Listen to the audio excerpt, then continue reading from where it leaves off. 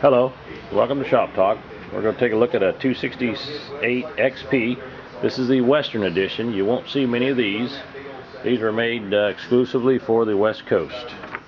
This is a 67cc motor, weighs 13.7 pounds, power head only, and you can run a 32-inch bar on this.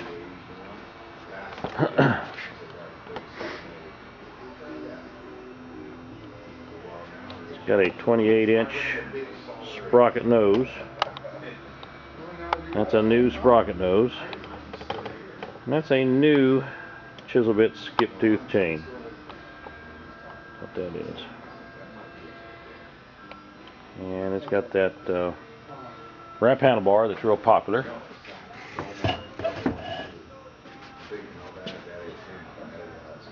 Has a working chain brake.